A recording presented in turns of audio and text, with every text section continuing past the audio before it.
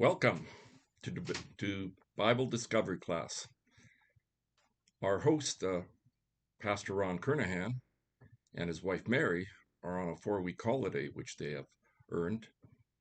I'm your guest speaker today. My name is Wilf Kazmaier. I'd like to talk to you today about what I have entitled, Who Are You Going to Call? You know, one of the greatest technological achievements of the 20th century was the Apollo 11 mission, where humans first landed on the moon. That mission was the result of a challenge President John F. Kennedy made in a speech to the U.S. Congress in 1961, where he declared, "I believe that this nation should commit itself to achieving the goal before this decade," that's the 1960s, "is out, of landing a man on the moon and returning him safely to the earth." And that mission was achieved when Commander Neil Armstrong and the lunar modular pilot Buzz Aldrin landed the Eagle on the moon on July 20th, 1969. Then Armstrong stepped on the lunar surface, stating, "That was one small step for man, one giant leap for mankind." If you were alive then, as I was, you probably remembered where you were when this happened. But they still had to complete the second part of the mission, which was to return safely to the earth. And this was a dangerous undertaking. They needed to fire the one rocket engine in the LEM at just the right time. That engine had already endured the stresses of the launch and the temperature extremes of space. Prior to the mission, a reporter asked Buzz Aldrin if he worried about the engine failing to start. There would be only a few hours of oxygen left, and they would be facing certain death. No one could come to rescue them. They asked Aldrin how he would spend his remaining hours of life. Would he spend it in prayer? Would he send a message home to Earth? Would he try to contact his family? Aldrin, in typical engineering fashion, said he planned to use those few hours of life working on the engine. I think that's a good answer. Of course, we know the engine did start. Armstrong, Aldrin, and Michael Collins, the command module pilot, returned to Earth safely in triumph. You know, technology can often fail us. Consider the recent NASA mission to the space station by Suni Williams and Butch Fillmore. They made it to the space station on the Boeing Starliner capsule. But there were technical problems with the Starliner, which did not allow them to return. Instead of an 8-day mission, they were stuck in space for 9 months until they could finally get a ride home on SpaceX capsule. 8 days to 9 months, what a change in plans. I recently had my own problems with technology. I have a fifth wheel that I keep at the Spur Valley RV Park, which is located some 20 kilometers north of the little town of Radium Hot Springs. That's 3 hours from where I live here in Calgary. One of my favorite times of the year is the day I head out to open up the RV in the spring. I did that a few weeks ago, and I'm pleased to report that there were no mice or squirrel problems this year as they have been in the past. And all the systems worked well. The electrical came on, the water was working, the heat also was there. I also had the task of helping my friends and neighbors, Wayne and Terry, move their trailer off of their site and replace it with a new fifth wheel they had bought. They needed my truck to make this move. If you want to be popular, Buy yourself a truck. You will have no end of friends. We had no problems with the move. Got it all finished. Everything was going well. Then I jumped into my truck, turned the key, the motor turned over, but it didn't start. Now what? Well, I followed Buzz Aldrin's advice. Wayne and I worked on the truck engine, but to no avail. So then I had the truck towed to Radium for repair. When I spoke to the mechanic, he told me that he was booked up for the next 2 weeks, and unless it was a simple problem to fix, it could take quite a while to get the truck running again. I had hoped to return home on Sunday, but now I was stuck with no means of return. Wayne and Terry said they would give me a ride back in their car when they left on Wednesday, so I found myself with an unexpected holiday. Here I was, stranded in the campground, with no way to get home. I kind of felt like those two astronauts in the space station. Well, that gave me some extra time to think, time that I usually don't have. And I began to wonder if I should try to get someone to pick me up. But I knew that I could get some, but it would be a pretty big ask. They would have to drop everything, spend the day driving to Radium, and then driving back again. There are some I could call on for that favor, but would they be glad to do it? Actually, it ended up not being necessary. On Tuesday afternoon, I called the mechanic. I had little hope that he would have good news for me. And he said, I just got the truck started.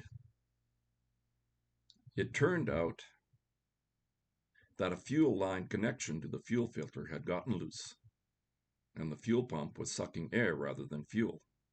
He reconnected the line, and I was able to return back to Calgary without assistance. But I had gone through a list of my friends and family, thinking about who would I call if I really needed to get a ride. Who would you call? I had made myself a list of some that I thought for sure would help, and I tested that theory when I got back. The next day I was having breakfast with my friend Tom, and I told him about my adventure. Tom immediately stated without prompting that he would have come and got me. And my son Daniel said, when I met him, that he had already planned to pack up my grandson Noah in the car and go on an OPA rescue mission. It sure felt good to know that there were those I could call on when I was in trouble who would come to rescue me. And I know there were probably others on that list too, and for that I am blessed. Ecclesiastes says it this way: 2 are better than 1, because they have a good return for their labor. If either of them falls down, one can help the other up.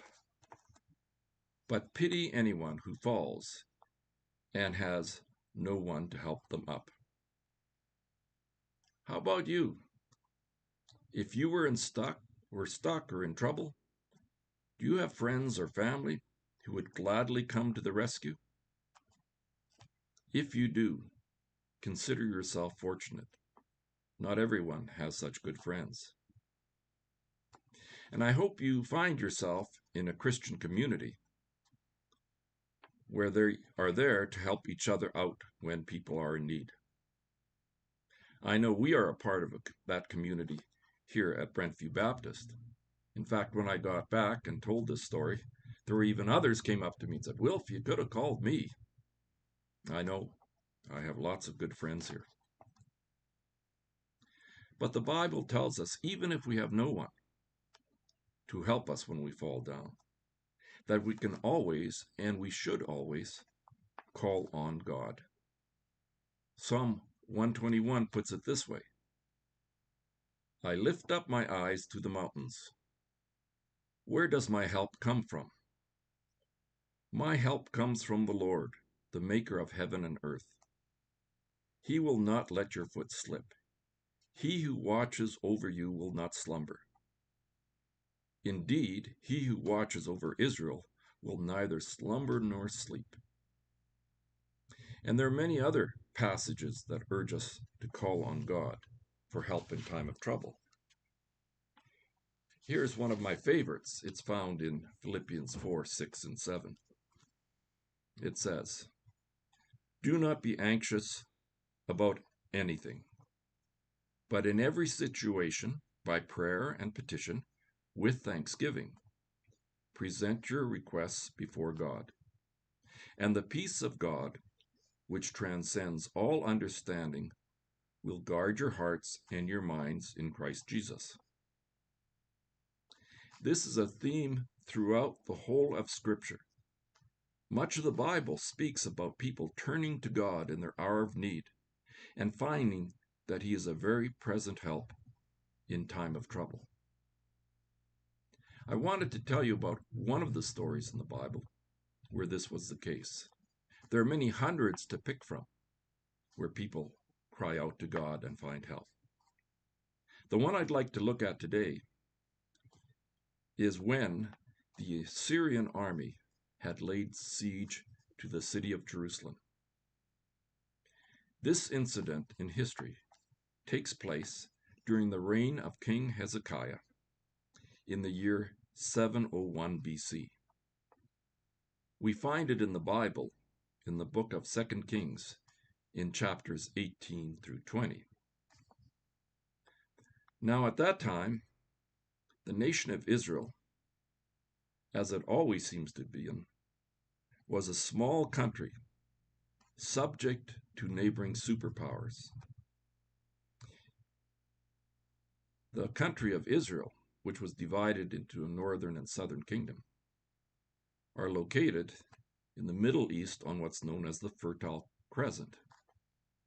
Over the centuries, they were constantly being attacked by larger forces.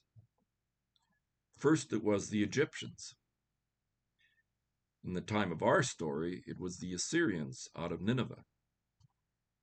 Then came the Babylonians, followed by the Persians and the Greeks. And finally, in Jesus' time, it was the Romans. During the reign of Hezekiah, the Assyrian Empire, centered on the city of Nineveh, was the real danger. Israel had been divided into the northern and southern kingdoms for some time, and 21 years before our story, in 722 BC, Sargon II, the Assyrian king, conquered the northern kingdom after there was a 3-year siege of the capital of Samaria. Then he took the 10 northern tribes into exile, and they never returned. Now, 21 years later, his son Sennacherib was returning with a vast army, numbering in the hundreds of thousands, to conquer the southern kingdom. Excuse me. They had captured all the surrounding territory and were now laying siege to the capital in Jerusalem. The commander of the Assyrian army sent an ultimatum to King Hezekiah, which is recorded in 2 Kings 18, starting at verse 19. Here's what the field commander said. Tell Hezekiah, this is what the great king, the king of Assyria, says. And what are you basing this confidence of yours? You say that you have the counsel and the might for war, but you are speaking only empty words. On whom are you depending that you rebel against me? He was asking Hezekiah, now that you're under siege, Who would you call on to help you in your hour of need? Well, here's the first option. Why not call on Egypt?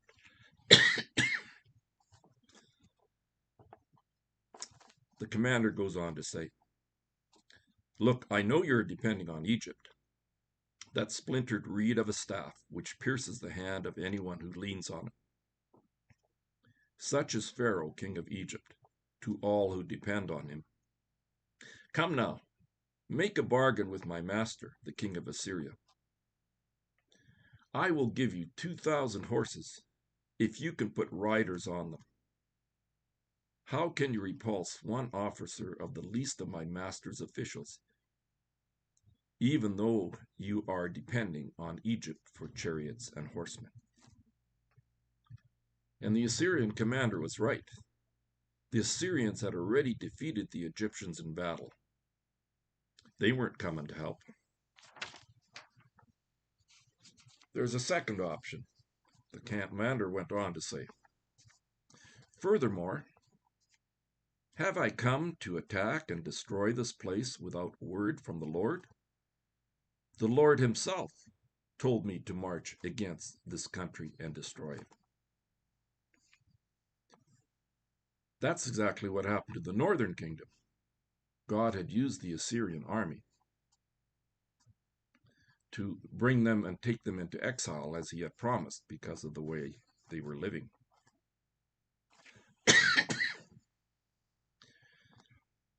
God must be on the Assyrian side since they were having such great success. And he must be against the Jewish people because they were losing. You know, every side of a war always claims that God is on their side. Abraham Lincoln observed this in the Civil War. He said, "The will of God prevails. In great contests, each party claims to act in accordance with the will of God.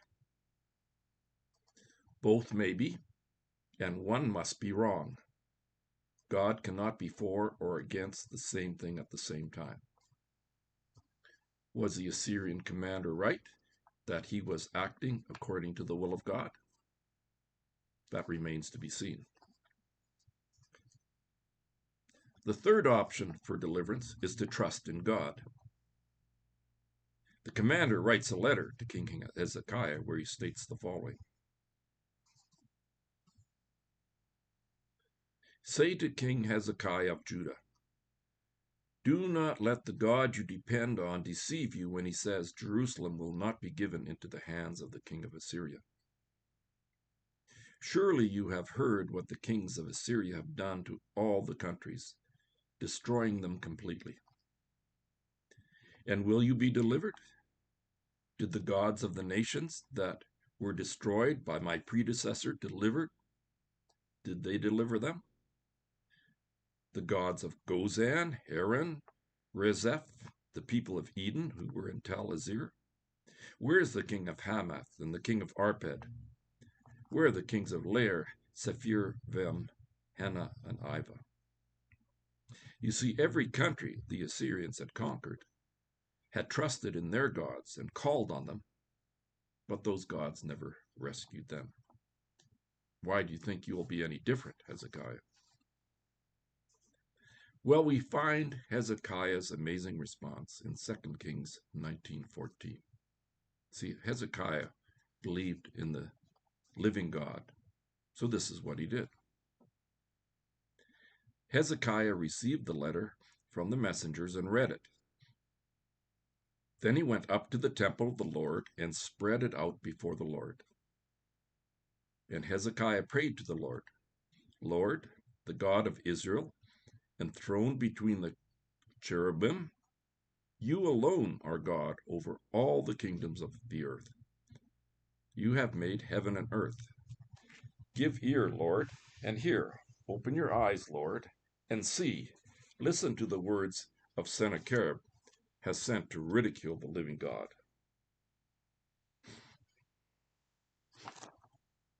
It is true, Lord, that the Assyrian kings have laid waste to these nations and their lands. They have thrown their gods into the fire and destroyed them. For they were not gods, only wood and stone, fashioned by human hands.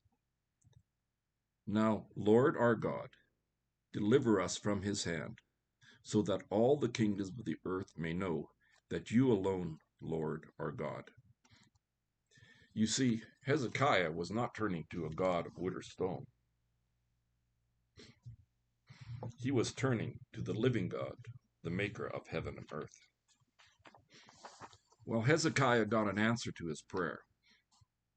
It came through the prophet Isaiah,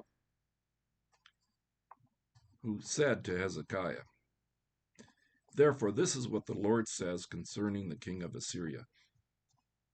He will not enter the city or shoot an arrow here. He will not come before it with shield or build a siege ramp against it. By the way that he came, he will return. He will not enter this city, declares the Lord. I will defend the city and save it for my sake, and for the sake of David my servant." And then it says, that night the angel of the Lord went out and put to death 185,000 of the Assyrian camp. When the people got up the next morning, there were all the dead bodies. So Sennacherib, king of Assyria, broke camp and withdrew. He returned to Nineveh and stayed there. And the Bible goes on as an epilogue to say, one day while he was worshiping in the temple of his god Nisroch, his sons Adramelech and Sharezer killed him with the sword. They escaped to the land of Ararat, and Esarhaddon his son succeeded him as king. Isn't that ironic? The living God defeated the Assyrian army, and the people of Israel didn't need to raise a hand. And yet Sennacherib, while he was praying to his god, Nisroch, was not defended from assassination. I think Sennacherib was turning to the wrong god. History confirms that the siege of Jerusalem was broken without a battle. Josephus, the ancient historian, claimed that the Assyrian camp was overrun with mice, and that the mice ate up all the bowstrings of the Assyrians so they couldn't continue the fight. There may be some truth to the mice story, since some modern historians think that the Assyrian army contracted bubonic plague, which is carried by rodents. In any case, it is clear historically that the Assyrians never did capture Jerusalem, and the southern kingdom and Hezekiah were spared. How about you? When you have problems, do you follow Hezekiah's example? Do you lay them before the Lord, looking for his help? I hope you do. You know, I wonder that perhaps my truck started, in part, because of my prayers and the prayers of my family and friends. Bring your problems before the Lord in prayer. I want to close my story today with an exhortation we find in Hebrews 4:14 and 16. The Bible tells us, "Therefore, since we have a great high priest who has ascended into heaven, Jesus, the Son of God, let us hold firmly to the faith we profess.